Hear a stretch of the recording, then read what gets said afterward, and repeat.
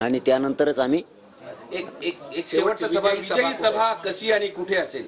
विजयी सभा महाराष्ट्राच्या सगळ्या मराठा समाजाच्या वतीनं घ्यायची, म्हणून थोडं अंतरवालीकडे गेल्यावर मी इथून डिक्लेअर करणार होतो, परंतु कुठे घ्यायची याबाबत एखादी बैठक घेऊन अंतरवाली गेल्याच्या नंतर एक समाजाची बैठक घेऊन डिक्लेअर करू. आंदोलन संपतंय का स्थगित करताय एवढं स्पष्ट करा.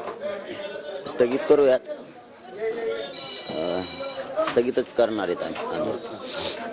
आज मराठा समाजाने दिवाळी साजरी करायची, गोडधोड करायचं सुरू केलेली आहे. महाराष्ट्रात दिवाळी साजरी करायची तेच म्हणतो, सुरू केलं. आता याच्यापेक्षा आम्हाला काय आनंद आहे या समाजाला?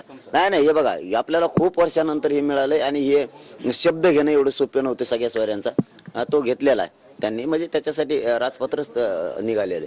त्यामुळे मराठा समाजाचा खूप मोठा ऐतिहासिक हे म्हणले तसं हा विजयचे, आणि संघर्ष करत राहू. पुढे जितक्या बी अडचणी येत्या तितक्या अडचणी मराठा आरक्षणाचे संघर्ष करत राहणं. इकडे काय असतं की एखाद्याची जमीन आहे, नुसतं तो जमीनच कसतोय पण त्याच्याकडे 7-12 नाहीये. किमान हा आमच्याकडे 7-12 तरी, याच्यापेक्षा काय मोठा कायदा असतो?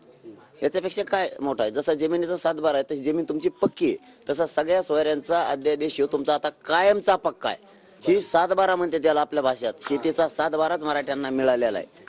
त्याच्यातल्या मध्ये अडी अडचणी आल्या ते सोडवायला आपण सज्ज समर्थ. जो फायदा आहे तो इतर समाजाला देखील होणार आहे का, आणि तो कसा फायदा होणार आहे इतर समाजाला देखील, मराठा समाज? कारण आम्ही त्यांच्यासारखं जातीवाद करतच नाहीत, आणि करणार सुद्धा नाहीत. ज्यावेळेस आमच्या पुढे तो प्रश्न आला की आता हे मराठ्यांच्या सगळ्या सोयऱ्यांना द्यायचंय, तर त्यावेळेस त्यांना सुद्धा काय, तर त्यांना सुद्धा त्याच्यामध्ये घेतलं. त्यांचे सुद्धा आता सगळे सोयरे त्याच्यात येणार आहे.